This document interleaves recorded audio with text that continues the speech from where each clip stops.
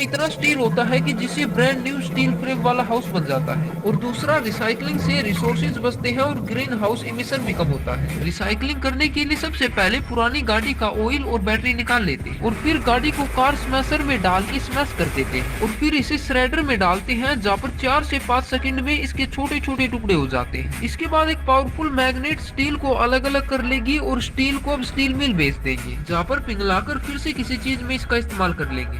क्या आपको कौन किलत आपकी 2001 के वक्त एक बेहद ही जहरीले केमिकल से भरी एक मालगाड़ी अमेरिका के टोलेडो शहर से कोलंबस शहर की तरफ बढ़ रही थी। ट्रेन में कोई ड्राइवर ही नहीं था, जिसकी वजह से ट्रेन के कर्मचारियों ने ट्रेन को रोकने की बहुत कोशिश करी, लेकिन ट्रेन रुक ही नहीं रही थी। अगर ट्रेन कोलंबस शहर में जाकर ब्लास्ट जाती तो शहर के लाखों लोग मारे जाते। इस गंभीर स्थिति में ट्रेन को कैसे रोका गया जानकर आप हैरान होने वाले हैं। दरअसल 2001 की गर्मियों में मालगाड़ी चलाते वक्त ट्रेन के ड्राइवर ने देखा कि ट्रेन के पटरियों को बदलने वाले स्विच को किसी ने खोला ही नहीं है, जिससे अगर ट्रेन और आगे जाती तो ट्रेन पटरियों से फिसलकर नीचे उतर जाती। ड्राइवर ने तुरंत ट्रेन के ब्रेक को लगाया, ट्रेन की स्पीड को धीरा किया और ट्रेन से उतरकर स्विच को बदलने लगा। तभी उसे एहसास हुआ कि उसने गलती से ट्रेन को धीरा करने की जगह और तेज कर दिया है। ट्रेन तेजी से 11 लाख की जनसंख्या वाले कोलंबस शहर की तरफ बढ़ रही थी और यहाँ ड्राइवर जैसे तैसे करके पुलिस स्टेशन पहुंचा। पुलिस ने तुरंत ट्रेन को पकड़ना शुरू कर दिया। उन लोगों ने ट्रेन में चढ़ने की कोशिश करी, इंजन में गोली मारकर रोकने की कोशिश करी, ट्रेन को पटरी से भी उतारने की कोशिश करी, लेकिन ट्रेन की स्पीड बहुत ज्यादा थी। उन लोगों ने पटरी पर स्थित बाकी ट्रेन को रोक दिया ताकि ये ट्रेन बिना टकराए चलती रहे। उनमें से ही रुकी एक ट्रेन के ड्राइवर को एहसास हुआ कि वो चाहे तो ट्रेन को रोक सकते हैं। उन दोनों ने अपने ट्रेन के इंजन को निकालकर उस ट्रेन के पीछे लगाया। चलती ट्रेन के पीछे उन लोगों ने अपने इंजन को जोड़ा और उल्टी दिशा में खींचते हुए अपने ब्रेक को लगाया। थोड़ी देर में ट्रेन धीरे हुई और पीछे कर रहे कर्मचारियों ने तुरंत चढ़कर ट्रेन को बंद कर दिया।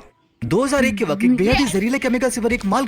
यह है इंडिया का मैप जो हमें स्कूलों में दिखाया जाता है, लेकिन आप जानकर शौक हो जाओगे कि पाकिस्तान, चीन और नेपाल के लिए भारत का मैप कुछ अलग ही नजर आता है। पाकिस्तान भारत के मैप को इस तरीके से देखता है जिसमें वो पूरे जम्मू कश्मीर के साथ साथ लद्दाख का ये हिस्सा भी अपना क्लेम करता है। अब बात करें चीन की, तो उनके लिए भारत का मैप कुछ ऐसा है जिसमें अरुणाचल प्रदेश के बड़े हिस्से के साथ साथ अक्साई चीन भी उनके दावे में शामिल होता है। नेपाल की बात करें तो आपको ऐसा लग सकता है कि हमारे बॉर्डर के मामले में सब कुछ ठीक है, लेकिन नहीं, ऐसा नहीं है। नेपाल उत्तराखंड के कालापानी टेरिटरी और सुस्ता इलाके को अपना मानता है। और भाई अगर इन सब की बात मान ली जाए तो भारत का नक्शा कुछ ऐसा दिखेगा जो शायद ही हम पहचान पाए। वैसे कई देश जैसे जापान, इजराइल, यूएई और रूस भारत को इसके असली रूप में ही देखते हैं। ऐसे मामलों में कोई विवाद नहीं होता। ऐसे ही इंटरेस्टिंग टॉपिक के लिए सब्सक्राइब करें।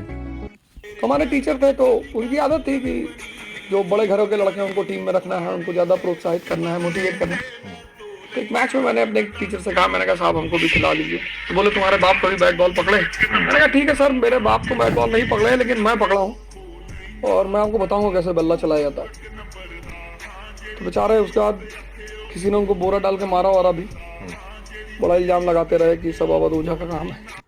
हमारे टीचर ये देखो यहाँ पे क्या जबरदस्त। पुष्पा 2 रिलीज होते ही इसने रिकॉर्ड्स की ऐसी की तैसी कर दी। इसने पहले ही दिन पूरे वर्ल्ड वाइड 294 करोड़ की कमाई करके पहले के सारे रिकॉर्ड्स तोड़ दिए। इससे पहले RRR ने पूरे वर्ल्ड वाइड पहले ही दिन 223 करोड़ की कमाई की थी, पर पुष्पा 2 ने 294 के साथ ये रिकॉर्ड तोड़ दिया। इतना ही नहीं, ये हिंदी लैंग्वेज में भी अब तक की हाईएस्ट ओपनिंग मूवी बन गई है। इससे पहले ये रिकॉर्ड जवान के पास था, जिसने पहले ही दिन हिंदी में 65 करोड़ की कमाई की थी, पर पुष्पा 2 ने 70 करोड़ की कमाई करके ये रिकॉर्ड भी तोड़ दिया। और ये तो जस्ट स्टार्टिंग है, अभी आगे देखो कितने रिकॉर्ड टूटते हैं। पुष्पा जिला में कोई पद खाली होगा तो डीएम ले लेगा, राज्य में कोई पद खाली होगा तो सीएम ले लेगा, और देश में कोई मंत्रालय का लोग पीएम ले, पीएम सीएम डीएम। लोग कहते हैं राजा बनोगे पढ़ लिख के, देखना डीएम का पद एक राजा के बराबर है।